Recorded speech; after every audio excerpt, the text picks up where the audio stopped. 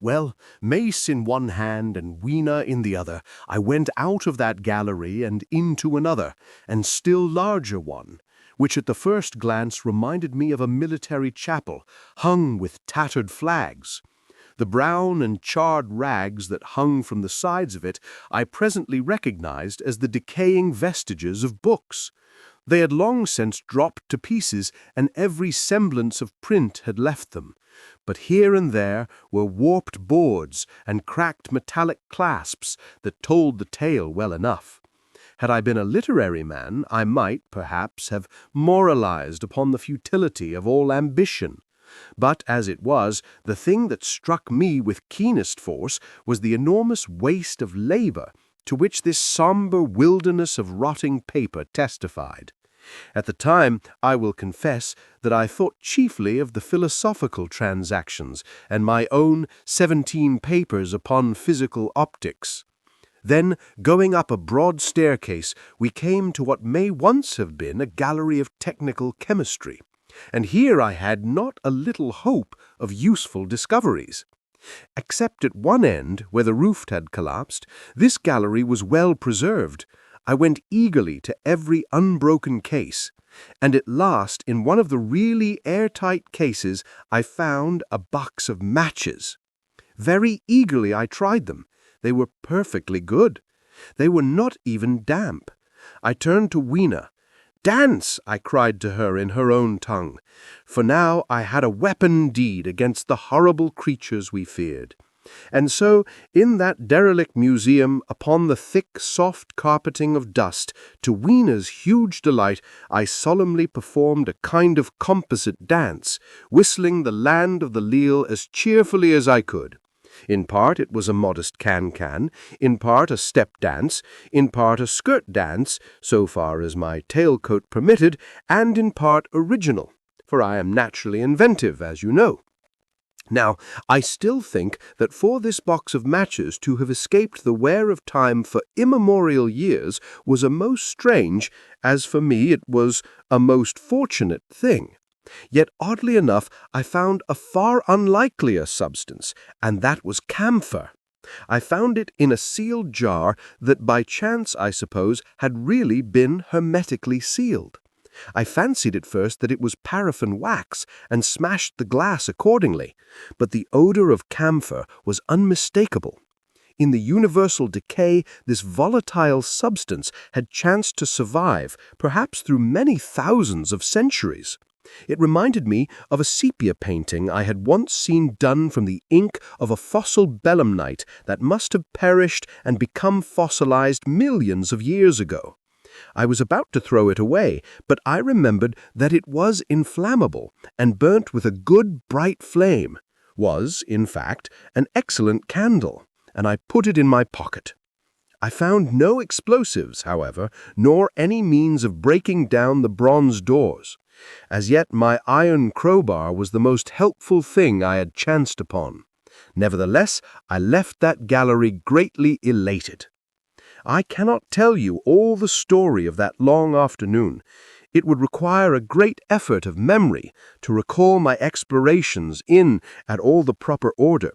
I remember a long gallery of rusting stands of arms, and how I hesitated between my crowbar and a hatchet or a sword.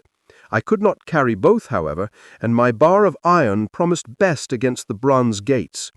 There were numbers of guns, pistols, and rifles.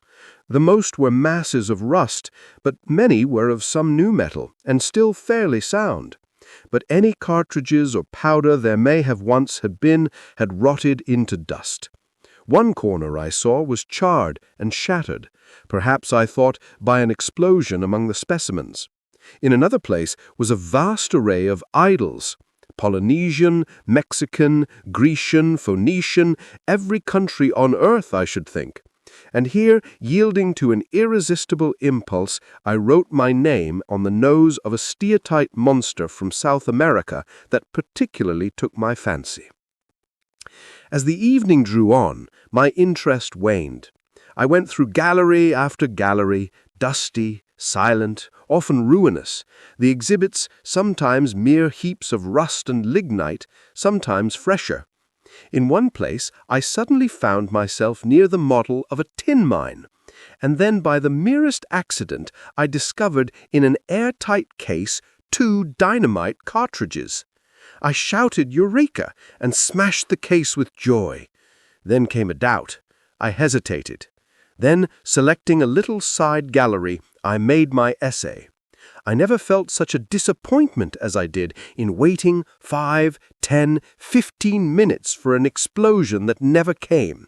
Of course, the things were dummies, as I might have guessed from their presence. I really believe that had they not been so, I should have rushed off incontinently and blown Sphinx, bronze doors, and, as it proved, my chances of finding the time machine altogether into non-existence. It was after that, I think, that we came to a little open court within the palace. It was turfed and had 3 fruit trees. So we rested and refreshed ourselves. Towards sunset, I began to consider our position. Night was creeping upon us, and my inaccessible hiding place had still to be found. But that troubled me very little now. I had in my possession a thing that was perhaps the best of all defenses against the Morlocks. I had matches. I had the camphor in my pocket, too, if a blaze were needed. It seemed to me that the best thing we could do would be to pass the night in the open, protected by a fire. In the morning there was the getting of the time machine. Towards that, as yet, I had only my iron race. But now, with my growing knowledge, I felt very differently towards those bronze doors. Up to this, I had refrained from forcing them, largely because of the mystery on the other side. They had never impressed me as being very strong, and I hoped to find my iron bar not altogether inadequate for the work. 12. In the darkness. We emerged from the palace while the sun was still in part above the horizon. I was determined to reach the White Sphinx early the next morning, and ere the dusk I purposed pushing through the woods that had stopped me on the previous journey. My plan was to go as far as possible that night, and then, building a fire, to sleep in the protection of its glare. Accordingly, as we went along, I gathered any sticks or dried grass I saw, and presently had my arms full of such litter. Thus loaded, our progress was slower than I anticipated, and besides, Weena was tired, and I also began to suffer from sleepiness, so that it was full night before we reached the wood. Upon the shrubby hill of its edge, Weena would have stopped, fearing the darkness before us, but a singular sense of impending calamity that should indeed have served me as a warning drove me onward.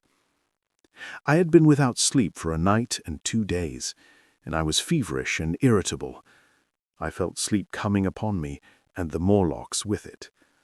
While we hesitated among the black bushes behind us, and dim against their blackness, I saw 3 crouching figures. There was scrub and long grass all about us, and I did not feel safe from their insidious approach. The forest, I calculated, was rather less than a mile across. If we could get through it to the bare hillside, there, as it seemed to me, was an altogether safer resting place. I thought that with my matches and my camphor, I could contrive to keep my path illuminated through the woods. Yet it was evident that if I was to flourish matches with my hands, I should have to abandon my firewood. So, rather reluctantly, I put it down, and then it came into my head that I would amaze our friends behind by lighting it. I was to discover the atrocious folly of this proceeding, but it came to my mind as an ingenious move for covering our retreat. I don't know if you have ever thought what a rare thing flame must be in the absence of man and in a temperate climate. The sun's heat is rarely strong enough to burn, even when it is focused by dewdrops, as is sometimes the case in more tropical districts. Lightning may blast and blacken, but it rarely gives rise to widespread fire.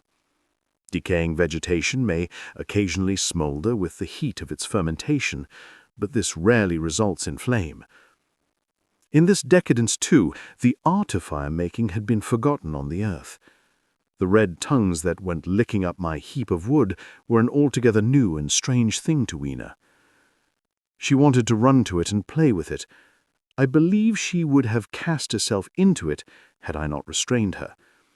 But I caught her up, and in spite of her struggles plunged boldly before me into the wood. For a little way the glare of my fire lit the path. Looking back presently, I could see through the crowded stems that from my heap of sticks the blaze had spread to some bushes adjacent, and a curved line of fire was creeping up the grass at the hill. I laughed at that and turned again to the dark trees before me.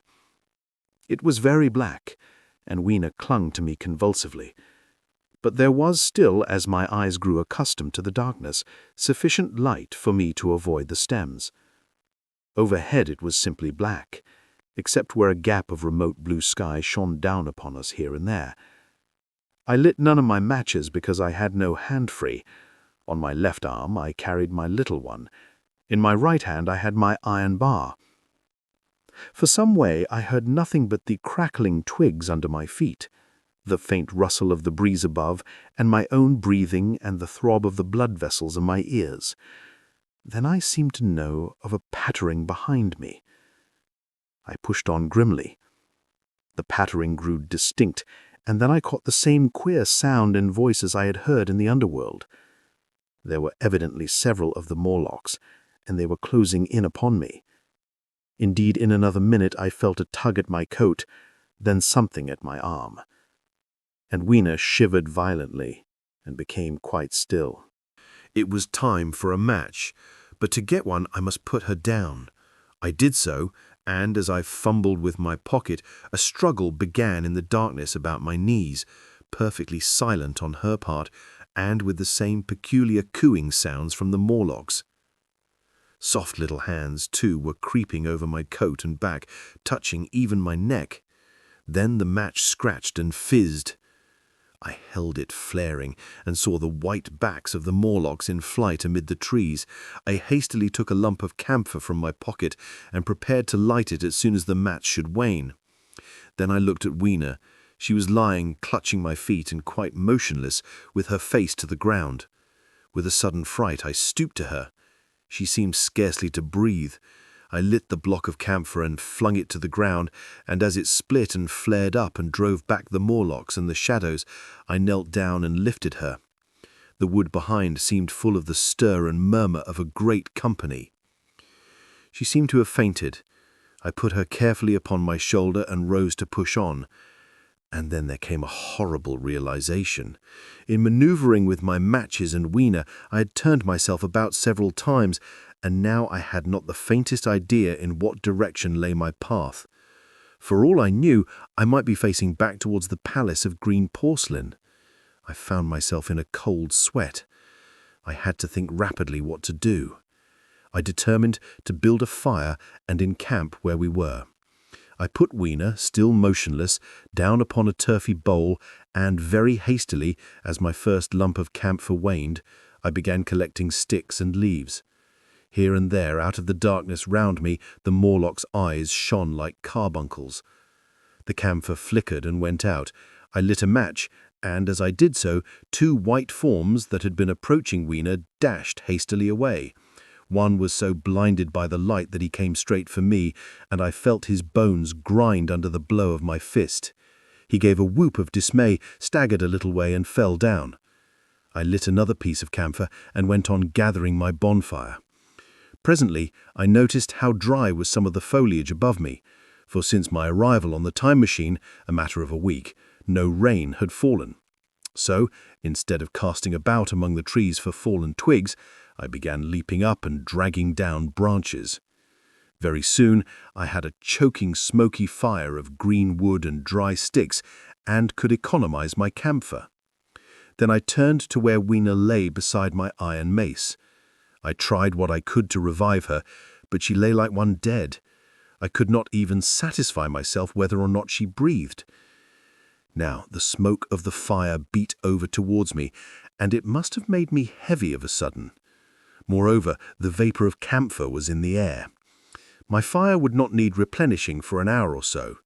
I felt very weary after my exertion, and sat down. The wood, too, was full of a slumberous murmur that I did not understand. I seemed just to nod and open my eyes, but all was dark, and the Morlocks had their hands upon me. Flinging off their clinging fingers, I hastily felt in my pocket for the matchbox, and it had gone. Then they gripped and closed with me again. In a moment I knew what had happened. I had slept, and my fire had gone out, and the bitterness of death came over my soul. The forest seemed full of the smell of burning wood. I was caught by the neck, by the hair, by the arms, and pulled down. It was indescribably horrible in the darkness to feel all these soft creatures heaped upon me. I felt as if I was in a monstrous spider's web. I was overpowered and went down. I felt little teeth nipping at my neck. I rolled over, and as I did so, my hand came against my iron lever. It gave me strength. I struggled up, shaking the human rats from me, and holding the bar short, I thrust where I judged their faces might be. I could feel the succulent giving of flesh and bone under my blows, and for a moment I was free. The strange exultation that so often seems to accompany hard fighting came upon me. I knew that both I and Weena were lost, but I determined to make the Morlocks pay for their meat. I stood with my back to a tree, swinging the iron bar before me. The whole wood was full of the stir and cries of them. A minute passed. Their voices seemed to rise to a higher pitch of excitement, and their movements grew faster. Yet none came within reach. I stood glaring at the blackness. Then suddenly came hope. What if the Morlocks were afraid? And close on the heels of that came a strange thing. The darkness seemed to grow luminous. Very dimly I began to see the Morlocks about me, 3 battered at my feet, and then I recognized, with incredulous surprise, that the others were running, in an incessant stream, as it seemed, from behind me and away through the wood in front, and their backs seemed no longer white, but reddish. As I stood agape, I saw a little red spark go drifting across a gap of starlight between the branches and vanish. And at that I understood the smell of burning wood, the slumberous murmur that was growing now into a gusty roar, the red glow, and the Morlock's flight. Stepping out from behind my tree and looking back, I saw through the black pillars of the nearer trees the flames of the burning forest. It was my first fire coming after me. With that I looked for Weena, but she was gone. The hissing and crackling behind me, the explosive thud as each fresh tree burst into flame, left little time for reflection. My iron bar still gripped, I followed in the Morlock's path. It was a close race. Once the flames crept forward so swiftly on my right as I ran that I was outflanked and had to strike off to the left. But at last I emerged upon a small open space, and as I did so, a Morlock came blundering towards me and past me and went on straight into the fire. And now I was to see the most weird and horrible thing, I think, of all that I beheld in that future age. This whole space was as bright as day with the reflection of the fire. In the center was a hillock, or tumulus, surmounted by a scorched hawthorn. Beyond this was another arm of the burning forest, with yellow tongues already writhing from it, completely encircling the space with a fence of fire. Upon the hillside were some 30 or 40 Morlocks, dazzled by the light and heat, and blundering hither and thither against each other in their bewilderment. At first I did not realize their blindness, and struck furiously at them with my bar, in a frenzy of fear as they approached me, killing one and crippling several more. But when I had watched the gestures of one of them, groping under the hawthorn against the red sky, and heard their moans, I was assured of their absolute helplessness and misery in the glare, and I struck no more of them. Yet every now and then one would come straight towards me, setting loose a quivering horror that made me quick to elude him. At one time the flames died down somewhat, and I feared the foul creatures would presently be able to see me. I was thinking of beginning the fight by killing some of them before this should happen, but the fire burst out again brightly, and I stayed my hand. I walked about the hill among them, and avoided them, looking for some trace of Weena, but Weena was gone. At last I sat down on the summit of the hillock and watched this strange, incredible company of blind things groping to and fro and making uncanny noises to each other as the glare of the fire beat on them. The coiling uprush of smoke streamed across the sky, and through the rare tatters of that red canopy, remote as though they belonged to another universe, shone the little stars. 2 or 3 Morlocks came blundering into me, and I drove them off with blows of my fists, trembling as I did so. For the most part of that night, I was persuaded it was a nightmare. I bit myself and screamed in a passionate desire to awake. I beat the ground with my hands and got up and sat down again and wandered here and there and again sat down. Then I would fall to rubbing my eyes and calling upon God to let me awake. Thrice I saw Morlocks put their heads down in a kind of agony and rush into the flames. But at last, above the receding red of the fire, above the streaming masses of black smoke and the whitening and blackening tree stumps and the diminishing numbers of these dim creatures, came the white light of the day. I searched again for traces of Weena, but there were none. It was plain that they had left her poor little body in the forest. I cannot describe how it relieved me to think that it had escaped the awful fate to which it seemed destined. As I thought of that, I was almost moved to begin a massacre of the helpless abominations about me, but I contained myself. The hillock, as I have said, was a kind of island in the forest. From its summit I could now make out through a haze of smoke the palace of green porcelain, and from that I could get my bearings for the white sphinx. And so, leaving the remnant of these damned souls still going hither and thither and moaning as the day grew clearer, I tied some grass about my feet and limped on across smoking ashes and among black stems that still pulsated internally with fire towards the hiding place of the time machine. I walked slowly, for I was almost exhausted, as well as lame, and I felt the intensest wretchedness for the horrible death of little Weena. It seemed an overwhelming calamity. Now in this old familiar room, it is more like the sorrow of a dream than an actual loss. But that morning it left me absolutely lonely again, terribly alone. I began to think of this house of mine, of this fireside, of some of you, and with such thoughts came a longing that was pain. But as I walked over the smoking ashes under the bright morning sky, I made a discovery. In my trouser pocket were still some loose matches. The box must have leaked before it was lost. Chapter 13. The Trap of the White Sphinx.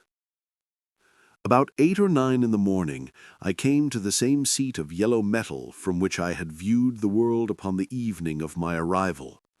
I thought of my hasty conclusions upon that evening, and could not refrain from laughing bitterly at my confidence.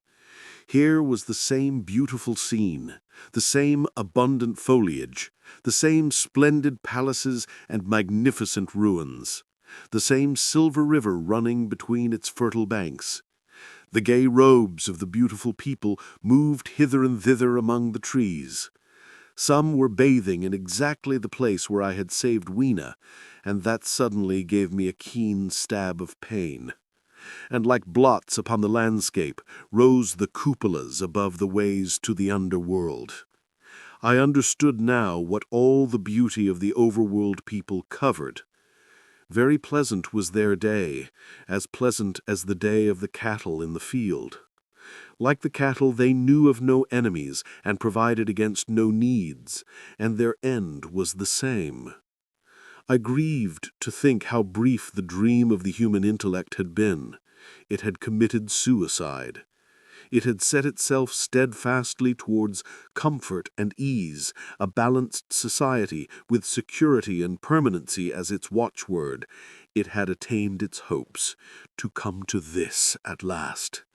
Once life and property must have reached almost absolute safety. The rich had been assured of his wealth and comfort, the toiler assured of his life and work. No doubt, in that perfect world there had been no unemployment problem, no social question left unsolved, and a great quiet had followed. It is a law of nature we overlook that intellectual versatility is the compensation for change, danger, and trouble.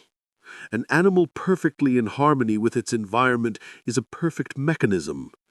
Nature never appeals to intelligence until habit and instinct are useless. There is no intelligence where there is no change and no need of change. Only those animals partake of intelligence that have to meet a huge variety of needs and dangers. So, as I see it, the upper-world man had drifted towards his feeble prettiness, and the underworld to mere mechanical industry. But that perfect state had lacked one thing, even for mechanical perfection: absolute permanency. Apparently, as time went on, the feeding of an underworld, however it was affected, had become disjointed. Mother Necessity, who had been staved off for a few thousand years, came back again, and she began below.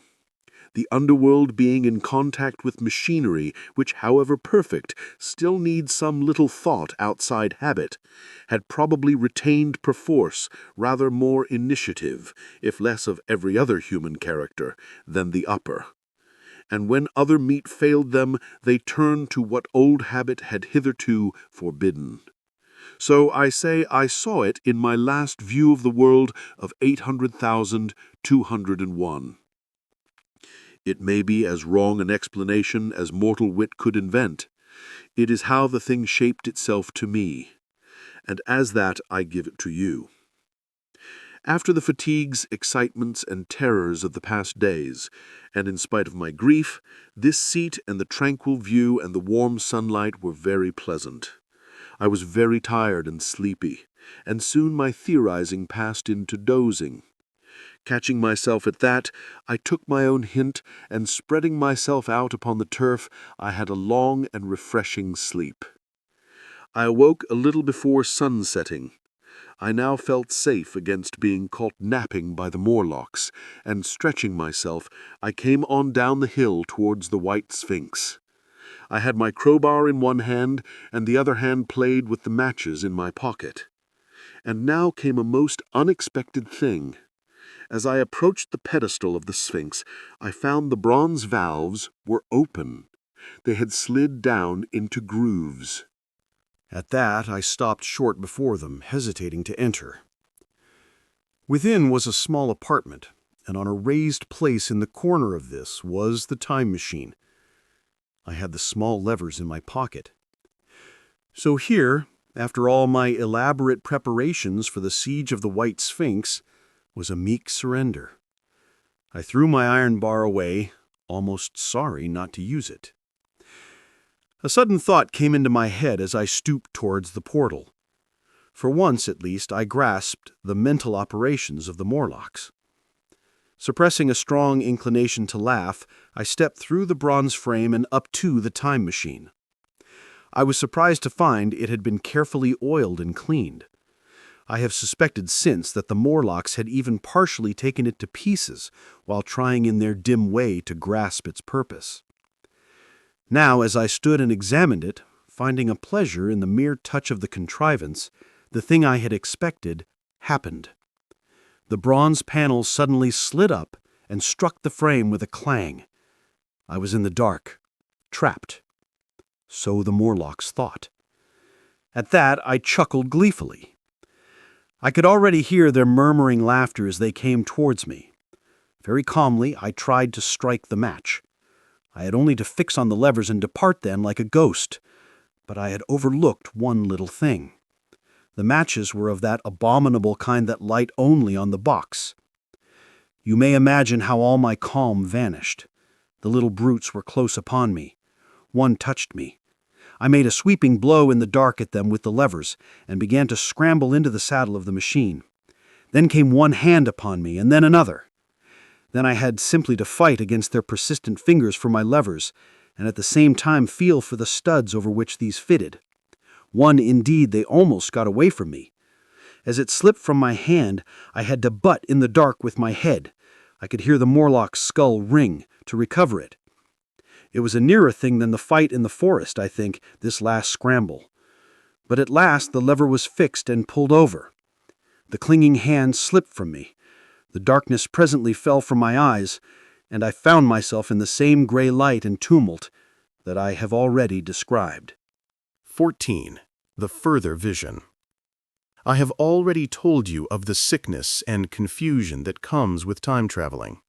And this time I was not seated properly in the saddle, but sideways and in an unstable fashion. For an indefinite time I clung to the machine as it swayed and vibrated, quite unheeding how I went, and when I brought myself to look at the dials again, I was amazed to find where I had arrived. One dial records days, and another thousands of days, another millions of days, and another thousands of millions. Now, instead of reversing the levers, I had pulled them over so as to go forward with them, and when I came to look at these indicators, I found that the thousands hand was sweeping round as fast as the seconds hand of a watch, into futurity. As I drove on, a peculiar change crept over the appearance of things. The palpitating grayness grew darker. Then, though I was still traveling with prodigious velocity, the blinking succession of day and night, which was usually indicative of a slower pace, returned and grew more and more marked. This puzzled me very much at first.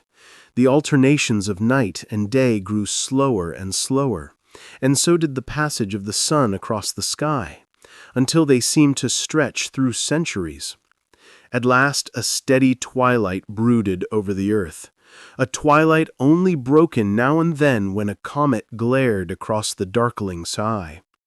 The band of light that had indicated the sun had long since disappeared, for the sun had ceased to set. It simply rose and fell in the west, and grew ever broader and more red. All trace of the moon had vanished. The circling of the stars, growing slower and slower, had given place to creeping points of light. At last, some time before I stopped, the sun, red and very large, halted motionless upon the horizon, a vast dome glowing with a dull heat, and now and then suffering a momentary extinction. At one time it had for a little while glowed more brilliantly again, but it speedily reverted to its sullen red heat. I perceived, by this slowing down of its rising and setting, that the work of the tidal drag was done. The earth had come to rest with one face to the sun, as in our own time the moon faces the earth. Very cautiously, for I remembered my former headlong fall, I began to reverse my motion. Slower and slower went the circling hands, until the thousands one seemed motionless, and the daily one was no longer a mere mist upon its scale. Still slower, until the dim outlines of a desolate beach grew visible. I stopped very gently and sat upon the time machine looking around. The sky was no longer blue. Northeastward it was inky black, and out of the blackness shone brightly and steadily the pale white stars. Overhead it was a deep Indian red and starless, and southeastward it grew brighter to a glowing scarlet, where, cut by the horizon, lay the huge hull of the sun, red and motionless. The rocks about me were of a harsh reddish color, and all the trace of life that I could see at first was the intensely green vegetation that covered every projecting point on their southeastern face. It was the same rich green that one sees on forest moss or on the lichen in caves, plants which like these grow in a perpetual twilight. The machine was standing on a sloping beach. The seas stretched away to the southwest to rise into a sharp bright horizon against the wan sky. There were no breakers and no waves, for not a breath of wind was stirring. Only a slight oily swell rose and fell like a gentle breathing, and showed that the eternal sea was still moving and living. And along the margin where the water sometimes broke was a thick incrustation of salt, pink under the lurid sky. There was a sense of oppression in my head, and I noticed that I was breathing very fast. This sensation reminded me of my only experience of mountaineering, and from that I judged the air to be more rarefied than it is now. Far away up the desolate slope, I heard a harsh scream and saw a thing like a huge white butterfly go slanting and fluttering up into the sky and, circling, disappear over some low hillocks beyond. The sound of its voice was so dismal that I shivered and seated myself more firmly upon the machine. Looking round me again, I saw that, quite near, what I had taken to be a reddish mass of rock was moving slowly towards me. Then I saw the thing was really a monstrous crab-like creature. Can you imagine a crab as large as yonder table, with its many legs moving slowly and uncertainly, its big claws swaying, its long antennae, like carter's whips, waving and feeling, and its stalked eyes gleaming at you on either side of its metallic front? Its back was corrugated and ornamented with ungainly bosses, and a greenish incrustation blotched it here and there. I could see the many palps of its complicated mouth flickering and feeling as it moved. As I stared at the sinister apparition crawling towards me, I felt a tickling on my cheek as though a fly had lighted there. I tried to brush it away with my hand, but in a moment it returned, and almost immediately came another by my ear. I struck at this and caught something thread-like. It was drawn swiftly out of my hand. With a frightful qualm I turned, and I saw that I had grasped the antennae of another monster crab that stood just behind me. Its evil eyes were wriggling on their stalks, its mouth was all alive with appetite, and its vast ungainly claws, smeared with an algal slime, were descending upon me. In a moment my hand was on the lever, and I had placed a month between myself and these monsters. But I was still on the same beach, and I saw them distinctly now as soon as I stopped. Dozens of them seemed to be crawling here and there in the somber light among the foliated sheets of intense green.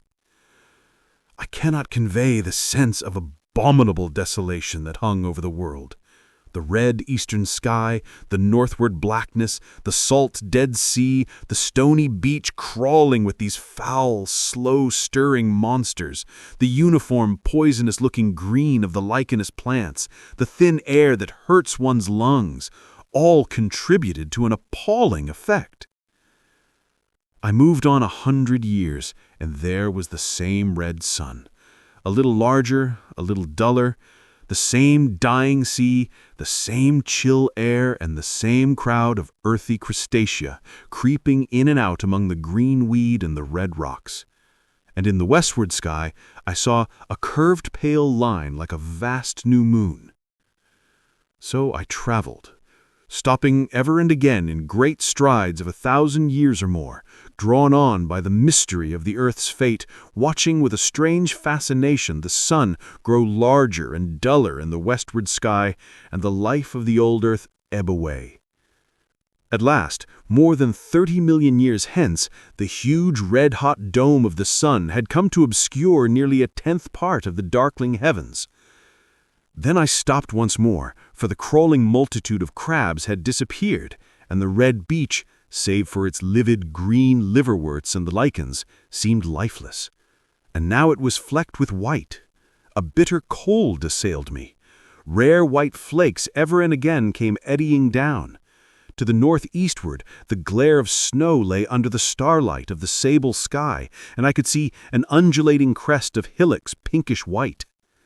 There were fringes of ice along the sea margin with drifting masses farther out, but the main expanse of that salt ocean, all bloody under the eternal sunset, was still unfrozen. I looked about me to see if any traces of animal life remained. A certain undefinable apprehension still kept me in the saddle of the machine, but I saw nothing moving in earth or sky or sea. The green slime on the rocks alone testified that life was not extinct. A shallow sandbank had appeared in the sea, and the water had receded from the beach. I fancied I saw some black object flopping about upon this bank, but it became motionless as I looked at it, and I judged that my eye had been deceived and that the black object was merely a rock. The stars in the sky were intensely bright and seemed to me to twinkle very little. Suddenly, I noticed that the circular westward outline of the sun had changed, that a concavity, a bay, had appeared in the curve. I saw this grow larger. For a minute, perhaps, I stared aghast at this blackness that was creeping over the day, and then I realized that an eclipse was beginning. Either the moon or the planet Mercury was passing across the sun's disk.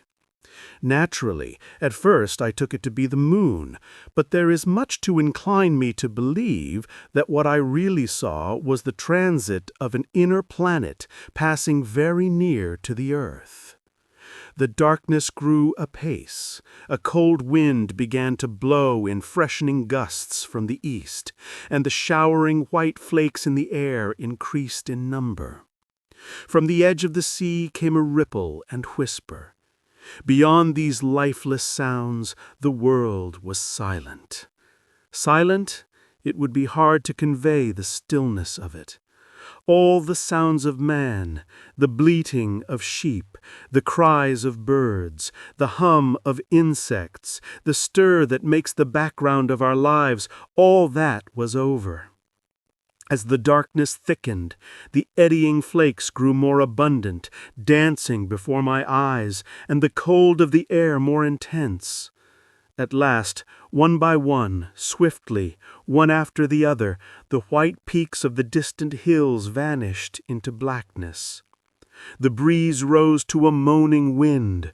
I saw the black central shadow of the eclipse sweeping towards me. In another moment, the pale stars alone were visible. All else was rayless obscurity. The sky was absolutely black. A horror of this great darkness came on me. The cold that smote to my marrow and the pain I felt in breathing overcame me. I shivered, and a deadly nausea seized me. Then, like a red-hot bow in the sky, appeared the edge of the sun. I got off the machine to recover myself. I felt giddy and incapable of facing the return journey. As I stood sick and confused, I saw again the moving thing upon the shoal. There was no mistake now that it was a moving thing, against the red water of the sea. It was a round thing, the size of a football perhaps, or it may be bigger, and tentacles trailed down from it. It seemed black against the weltering blood-red water, and it was hopping fitfully about. And then I felt I was fainting. But a terrible dread of lying helpless in that remote and awful twilight sustained me while I clambered upon the saddle. 15. The Time Traveler's Return. So I came back. For a long time I must have been insensible upon machine. The blinking succession of the days and nights was resumed. The sun got golden again, the sky blue. I breathed with greater freedom. The fluctuating contours of the land ebbed and flowed. The hands spun backward upon the dials. At last I saw again the dim shadows of houses, the evidences of decadent humanity. These, too, changed and passed, and others came. Presently, when the million dial was at 0, I slackened speed. I began to recognize our own pretty and familiar architecture. The thousands hand ran back to the starting point. The night and day flapped slower and slower. Then the old walls of the laboratory came round me. Very gently now, I slowed the mechanism down. I saw one little thing that seemed odd to me.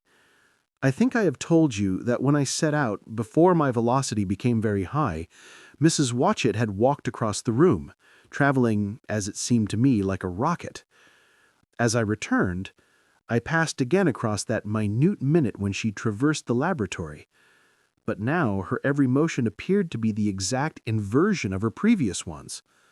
The door at the lower end opened, and she glided quietly up the laboratory, back first, and disappeared behind the door by which she had previously entered. Just before that I seemed to see Hillier for a moment, but he passed like a flash. Then I stopped the machine and saw about me again the old familiar laboratory, my tools, my appliances, just as I had left them. I got off the thing very shakily and sat down upon my bench. For several minutes I trembled violently. Then I became calmer. Around me was my old workshop again, exactly as it had been. I might have slept there, and the whole thing have been a dream. And yet not exactly. The thing had started from the southeast corner of the laboratory. It had come to rest again in the northwest, against the wall where you saw it. That gives you the exact distance from my little lawn to the pedestal of the White Sphinx, into which the Morlocks had carried my machine. For a time, my brain went stagnant. Presently, I got up and came through the passage here, limping because my heel was still painful, and feeling sorely begrimed. I saw the Pall Mall Gazette on the table by the door. I found the date was indeed today, and looking at the timepiece, saw the hour was almost 8 o'clock. I heard your voices and the clatter of plates. I hesitated. I felt so sick and weak. Then I sniffed good wholesome meat and opened the door on you. You know the rest. I washed and dined, and now I'm telling you the story. Chapter 16. After the Story. I know, he said after a pause, that all this will be absolutely incredible to you, but to me the one incredible thing is that I am here tonight in this old, familiar room looking into your friendly faces and telling you these strange adventures. He looked at the medical man. No, I cannot expect you to believe it. Take it as a lie, or a prophecy. Say I dreamed it in the workshop. Consider I have been speculating upon the destinies of our race until I have hatched this fiction. Treat my assertion of its truth as a mere stroke of art to enhance its interest, and taking it as a story, what do you think of it? He took up his pipe and began, in his old accustomed manner, to tap with it nervously upon the bars of the grate. There was a momentary stillness. Then chairs began to creak and shoes to scrape upon the carpet. I took my eyes off the time-traveler's face and looked round at his audience. They were in the dark, and little spots of color swam before them. The medical man seemed absorbed in the contemplation of our host. The editor was looking hard at the end of his cigar, the sixth. The journalist fumbled for his watch. The others, as far as I remember, were motionless. The editor stood up with a sigh. What a pity it is you're not a writer of stories. You don't believe it? Well, I thought not. The time-traveler turned to us. Where are the matches? He said. He lit one and spoke over his pipe, puffing. To tell you the truth, I hardly believe it myself. And yet... His eye fell with a mute inquiry upon the withered white flowers on the little table. Then he turned over the hand holding his pipe, and I saw he was looking at some half-healed scars on his knuckles. The medical man rose, came to the lamp, and examined the flowers. The gynoecium's odd, he said. The psychologist leaned forward to see, holding out his hand for a specimen.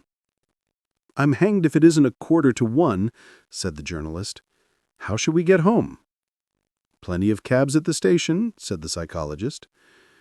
It's a curious thing, said the medical man, but I certainly don't know the natural order of these flowers. May I have them? The time-traveler hesitated, then suddenly, certainly not. Where did you really get them? Said the medical man. The time-traveler put his hand to his head. He spoke like one who was trying to hold on to an idea that eluded him. They were put in my pocket by Weena when I traveled into time. He stared round the room. I'm damned if it isn't all going. This room and you and the atmosphere of every day is too much for my memory. Did I ever make a time machine, or a model of a time machine? Or is it all only a dream? They say life is a dream, a precious poor dream at times, but I can't stand another that won't fit. It's madness. And where did the dream come from? I must look at that machine, if there is one. He caught up the lamp swiftly and carried it, flaring red, through the door into the corridor. We followed him.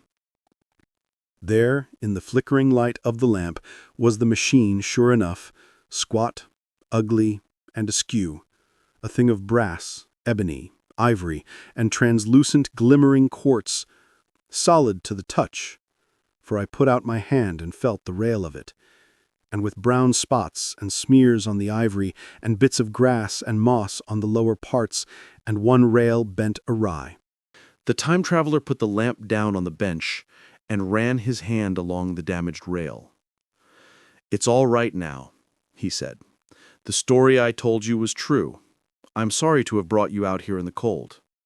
He took up the lamp, and, in an absolute silence, we returned to the smoking room. He came into the hall with us and helped the editor on with his coat. The medical man looked into his face and, with a certain hesitation, told him he was suffering from overwork, at which he laughed hugely. I remember him standing in the open doorway, bawling good night. I shared a cab with the editor. He thought the tale a gaudy lie. For my own part, I was unable to come to a conclusion. The story was so fantastic and incredible, the telling so credible and sober. I lay awake most of the night thinking about it. I determined to go next day and see the time traveler again. I was told he was in the laboratory, and, being on easy terms in the house, I went up to him. The laboratory, however, was empty. I stared for a minute at the time machine and put out my hand and touched the lever. At that, the squat, substantial-looking mass swayed like a bough shaken by the wind. Its instability startled me extremely, and I had a queer reminiscence of the childish days when I used to be forbidden to meddle. I came back through the corridor. The time traveler met me in the smoking room. He was coming from the house.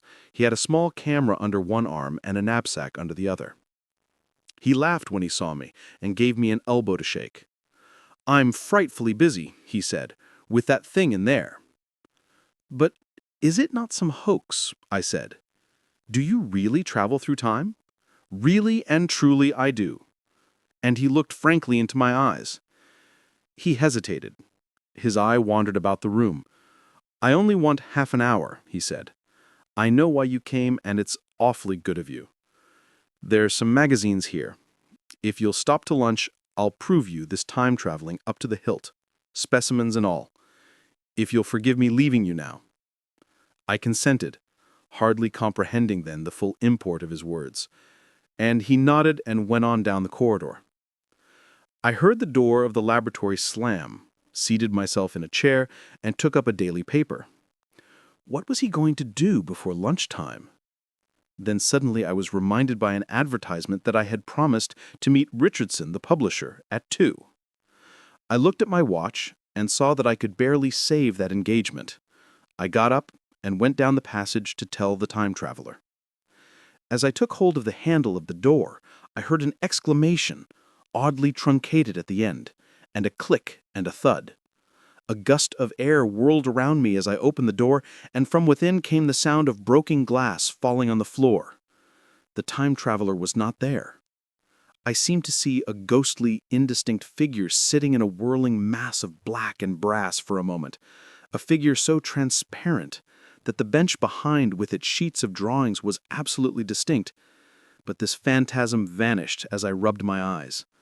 The time machine had gone. Save for a subsiding stir of dust, the further end of the laboratory was empty. A pane of the skylight had apparently just been blown in.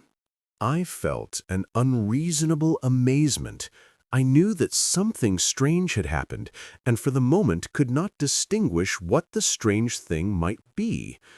As I stood staring, the door into the garden opened, and the manservant appeared. We looked at each other.